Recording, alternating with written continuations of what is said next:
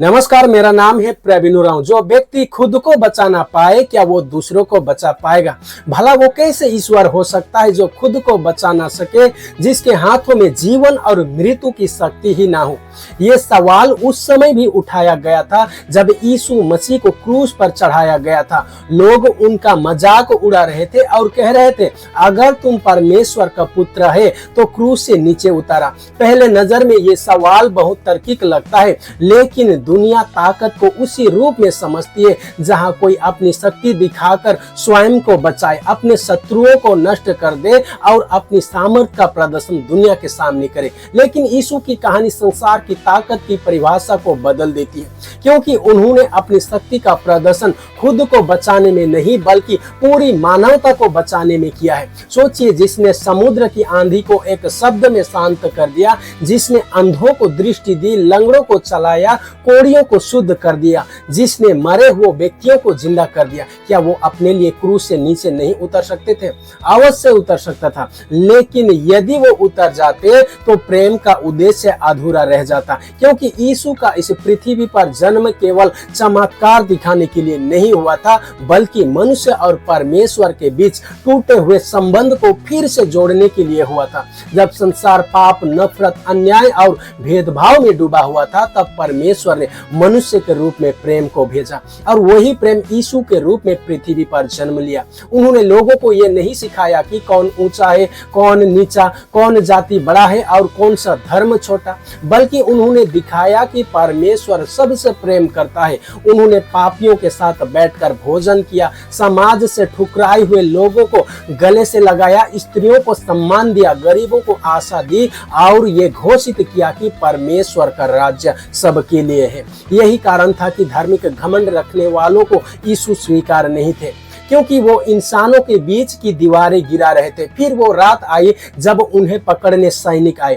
उनके एक चेले पीटर ने तलवार निकालकर महायाजक के दास का कान काट दिया, क्योंकि वो अपने गुरु यानी कि यीशु को बचाना चाहता था। लेकिन यीशु ने उसे रोका और घायल व्यक्ति का कान चंगा कर दिया। जरा सोचिए, जिसे पकड़ने लोग हथियार लेकर आए थे, वही पकड़ा जाने वाला अपने दुश्मन को चंगा कर देता है। क्यों? क्योंकि यीशु ये दिखाना चाहते थे कि उनका राज्य हिंसा का नहीं बल्कि प्रेम का है। उन्होंने साफ कहा कि यदि वो चाहते तो स्वर्गदूतों की सेनाएं बुला सकते थे, लेकिन फिर वो उद्देश्य कैसे पूरा होता जिसके लिए वे आए थे इस दुनिया में? यहाँ सबसे बड़ा रहस्य छिपा हुआ है। यीशु कमजोर होकर नहीं पकड़े गए, बल्कि उन्होंने स्वयं को स्वेच्छा से सौंप दिया।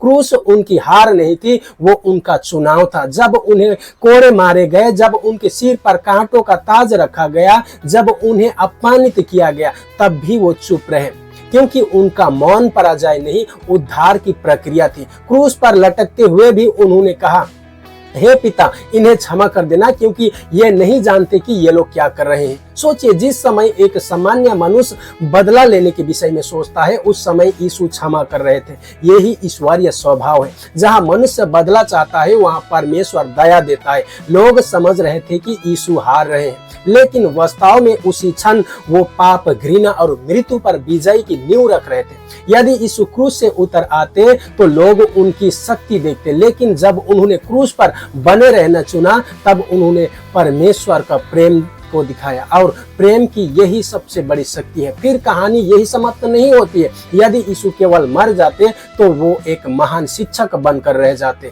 लेकिन तीसरे दिन कब्र खाली मिली। वही यीशु जिन्हें मृत समझा गया था, फिर से जीवित हो उठे। ये केवल एक चमत्कार नहीं था, बल्कि ये घोषणा थी कि मृत्यु अंतिम सत्य नहीं है। उन्होंने मृत्यु को हरा कर दिखाया कि उनके हाथ में जीवन और मृत्यु की शक्ति है। उन्होंने अपने शिष्यों से मुलाकात की, उन्हें छूने दिया, उनके हाथ भोजन भी किया, ताकि उन्हें यकीन हो जाए कि वो सचमुच जीवित है। 40 दिनों तक उन्होंने लोगों को शिक्षा दी, परमेश्वर के राज्य के बारे में समझाया और बताया, स्वर्ग की आशा के विषय में समझाया, और फिर लोगों के सामने स्वर्ग पर उठा लिए गए। ये घटना दिखाती है कि क्रूस अंत नहीं था, क्रूस के बाद पुनरुत्थान था और पुनरुत्थान के बाद महिमा। उन्होंने जाते समय वादा किया कि वो फिर से आएंगे। ये केवल विदाई नहीं थी, ये आशा का वचन था। उन्होंने बताया कि उनके आने से पहले पृथ्वी पर युद्ध होंगे, अकाल होंगे, भूकंप होंगे, लोगों के दिलों में प्रेम ठंडा पड़ जाएगा, अधर्म बढ़ जाएगा और लोग सत्य से दूर हो जाएंगे। क्या हम आज इन्हीं बातों को अपने चारों ओर नहीं देख पा रहे हैं?